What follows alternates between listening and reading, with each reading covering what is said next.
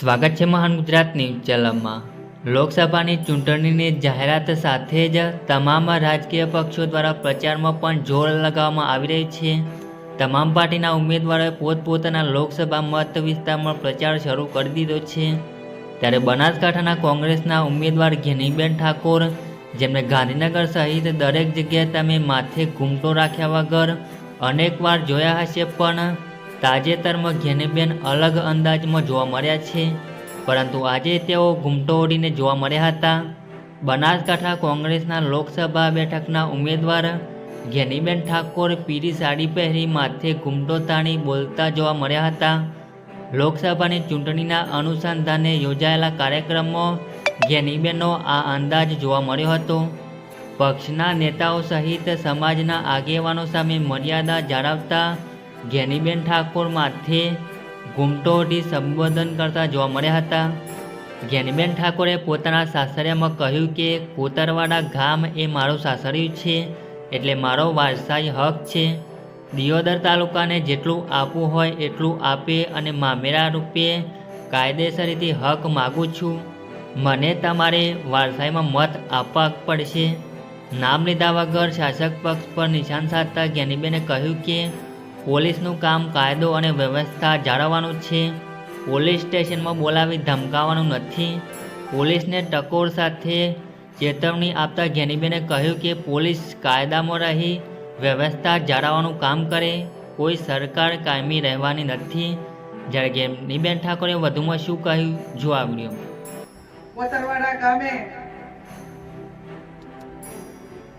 લોકસભાની ચૂંટણીના અનુસંધાને આપ સૌને માર્ગદર્શન આપવા માટે પધારેલા બનાસકાંઠા લોકસભાના ઇન્ચાર્જ અને કલોલના માજી ધારાસભ્ય મારા મોટા ભાઈ શ્રી બળદેવજી ઠાકોર સાહેબ, થરાદના માજી ધારાસભ્ય મારા નાના ભાઈ શ્રી ગુલાબજીભાઈ, જિલ્લા કોંગ્રેસ સમિતિના પ્રમુખ આદરણીય ભાઈ શ્રી ભરતસિંહજી વાઘેલા, અમારા રાજકીય સલાહકાર અને હર હંમેશા કોઈ પણ કામ કરવાનું હોય ત્યારે હું એમને વડીલ માનું છું અને પગે લાગીને આશીર્વાદ માગીએ એવા કેપી ગઢવી સાહેબ, મારા ભાઈ શ્રી ઠાકરજીભાઈ રબારી, ભાઈ શ્રી આબાભાઈ, બીકે જોશી સાહેબ, ભાઈ શ્રી નરસિંહભાઈ, આદરણીય જબરસિંહજી વાઘેલા, ભાઈ શ્રી પ્રધાનભાઈ, ભાઈ શ્રી ઈશ્વરભાઈ, બાવાજી, તુલસીભાઈ, સમગ્ર કોતરવાડા ગામના આમંત્રણને માન આપી પધારેલા 18 આલમના મારા સર્વ વડીલો, યુવાન ભાઈઓ અને બહેનો, મારી અગાઉ તમામ આગેવાનોએ વાત કરી છે। એ વાતમાં આગળ ધપાવતા આપ સૌને હું વિનંતી કરવા માટે આવી છું કે મારા જાહેર જીવનના 28 વર્ષમાં તાલુકા પંચાયતના પ્રમુખથી કરીને આજે આ લોકસભાની ચૂંટણી 2024ની આપ સૌના આશીર્વાદથી લડી રહી છું। ત્યારે ભાઈ શ્રી બળદેવજીએ ખૂબ સારી વાત કરી કે આ ટિકિટ એ કોઈ ઘેનીબેન ઠાકોરને આપી નથી। આ ટિકિટ બનાસકાંઠાની 18 આલમ અને ખાસ કરીને બનાસકાંઠા જિલ્લામાં ઠાકોર સમાજ મોટો હોવાથી આજ સુધી આ સમાજને કોઈ પક્ષે ટિકિટ નથી આપી અને કોંગ્રેસ પાર્ટી એની શરૂઆત કરી। 18 આલમ અને ઠાકોર સમાજના ભરોસે કોંગ્રેસ પાર્ટીએ પસંદગીનો કળશ ઢોળ્યો છે। આપ સૌ વડીલો અહીંયા મોટી સંખ્યામાં આવ્યા છો ત્યારે આ ચૂંટણીમાં બનાસકાંઠાના 21 લાખ મતદારો છે અને નડાબેડથી કરીને અંબાજી સુધીનો વિસ્તાર છે। સામે મશીનરી છે, પૈસા છે, પોલીસ છે,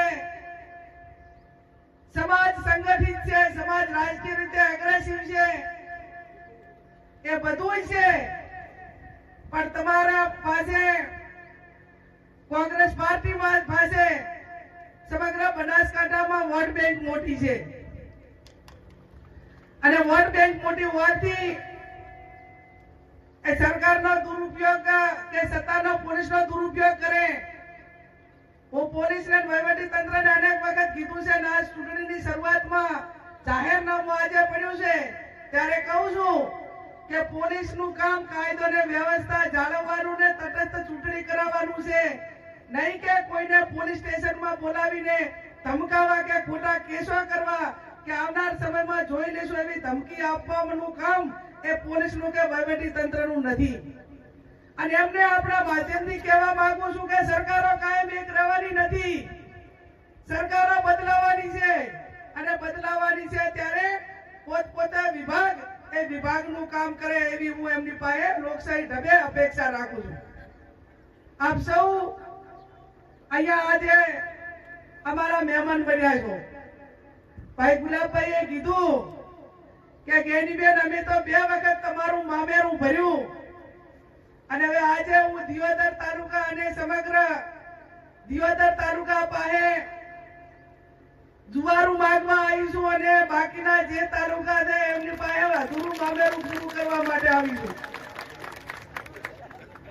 હવે દિયોદર તાલુકા ને જુવારામાં જેટલું આટલા વર્ષમાં બાકીનું હોય એટલું આલોરું કાયદેસર ભાઈએ ભાગ આપવા પડે. એ અમારો વારસાઈ હક છે અને વારસાઈ હક છે ત્યારે હવે એ હકની અંદર કે પાછા નહીં રહો ને. ભાવની જનતાએ તો કુવાસી હોવા છતાં 20 વર્ષથી ત્યાં હાચવી છે. હવે બધાની જવાબદારી તમારી છે અને તમારી છે ત્યારે રાજકારણની જગ્યાએ મને આ બળદેવીએ જે કીધું એ શબ્દોથી મારી જવાબદારી ઘણી વધી જાય છે કે તમે બનાસકાંઠા જિલ્લો શિક્ષણ રીતે ને ભલે પછાત હોય, ઠાકોર સમાજ શિક્ષણમાં કે ધંધા રોજગારમાં ભલે પછાત હોય, અહીંના કોંગ્રેસ આગેવાનો એ ભલે સત્તાના ઉલા માટે કરીને પેલું હોય, મારા બીકે ગઢવી સાહેબ હોય, હરિસિંહ ચાવડા હોય કે અન્ય અમારા જે ધોરણદર આગેવાનો કહેવાય માધવસિંહ સોલંકી કરીને બધાય કે એક એવી દીકરીને 28 વર્ષમાં તૈયાર કરી છે કે એ દીકરીએ બનાસકાંઠા જિલ્લાનું ગૌરવ વધાર્યું છે અને ઠાકોર સમાજને કોલર ઊંચો કરીને એને એ સ્થિતિનું નિર્માણ કર્યું છે. મને ઘણી વખત બળદેવજીના બધાય કે ખરેખર આ ગેનીબેને અમને ગૌરવ અપાયું છે કે આટલા 25 વર્ષમાં રાજકારણમાં હોવા છતાં એ ચાહે વાડા પાણી હેઠ નથી આવી અને કોઈ સમાજનો ઠપકો નથી આવ્યો. ત્યારે સાહેબ હું તમને ખાતરી આપું છું બાવડી મંડળને અને સમાજના આગેવાનોને પણ ખાતરી આપું છું કે તમારી બેન દીકરી તમારી વહુવર ચાહે કોઈ પણ પરિસ્થિતિનું નિર્માણ થાય, ઘણા બધા પૈસા માટે અને સત્તાઓ માટે અને ના રાજીનામા આપવાના હોય, જેની પરિસ્થિતિઓ સારી હોય છતાં પણ કોઈક ને કોઈ કારણોસર ધારાસભ્યોમાંથી મને ચૂંટાણા પછી 17 જેટલા ધારાસભ્યોએ રાજીનામું આપ્યું અને એ ટાઈમે પણ મેં કીધું હતું કે જ્યારે હું આ વિધાનસભાની ચૂંટણી લડતી હતી મારો રાગા નેડાનો ઠાકોર સમાજ એ કોલસા પાડીને બીજેથી મતદારો લાવતા હતા અને એ ટાઈમે એમને મને કીધું હતું કે અમારી બેન માટે અમે કાળી મજૂરી કરશું પણ આ ચૂંટણી જીતાડશું અને એવા લોહીના પરસેવાના પૈસે હું ચૂંટણી જીતી હોઉં ને ત્યારે મને એમનો વેપાર કરવાનો કોઈ અધિકાર નથી અને જો વેપાર કરું તો કુદરત મારું હાથ ભેડીએ પણ સારું ન કરે. અને જ્યારે મારી જવાબદારી છે કે જે પાર્ટીમાં કે જે સમાજે કે જે મતદારોએ મોટી કરી હોય એમને મોટા કરવાની જવાબદારી મારી છે.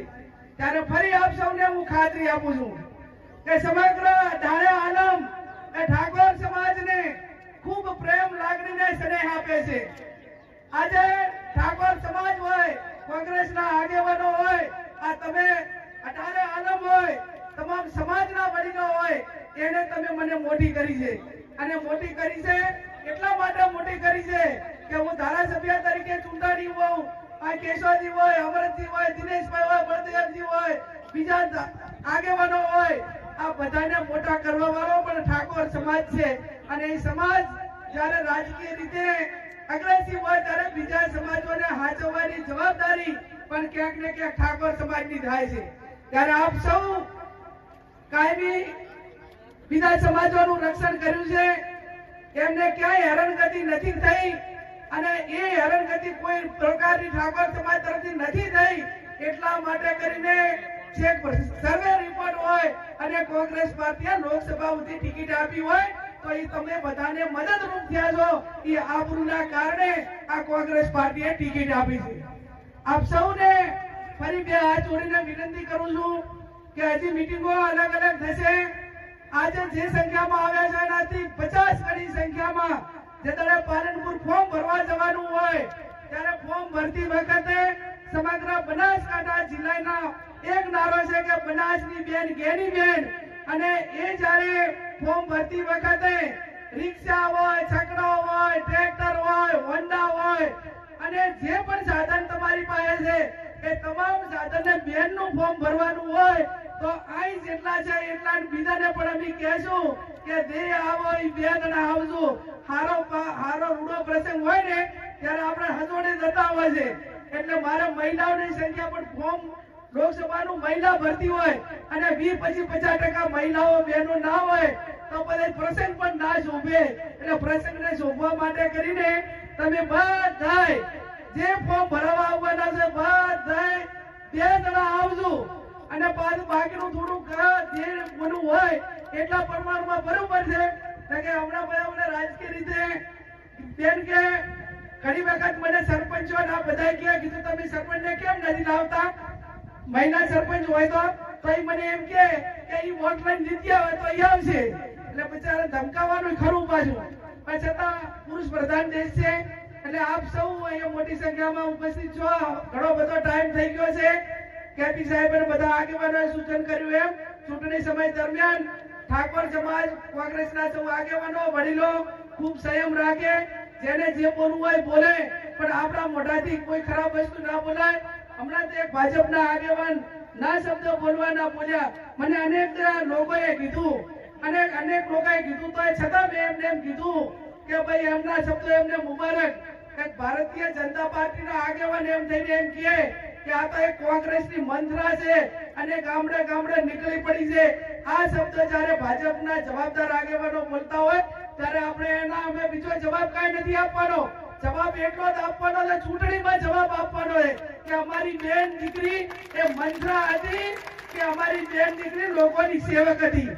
અને એ જવાબ જ્યારે તમારે બધાએ સાથે મળીને આપવાનો છે ત્યારે વિશેષ ના કહેતા આપ સૌ ઘરના પૈસે 1 રૂપિયો કોઈને ફોન પણ કર્યો નથી. માત્ર પોતપોતાના સાધન લઈ અને આયા છો. આ લોકસભાની ચૂંટણી છે. મારા કને કાંઈ નથી. તમે દુવારું હાલો એટલું જ છે, દે હાલો એટલું. એટલે પોતપોતાના દુવારા દિયોદર તાલુકો દુવારામાં પોતપોતાના ગામનો ખર્ચો ઉપાડી દે જે હોય એટલો અને બાકીના જે તાલુકા છે એ અધૂરું મામેરું હતું એ પૂરું કરે.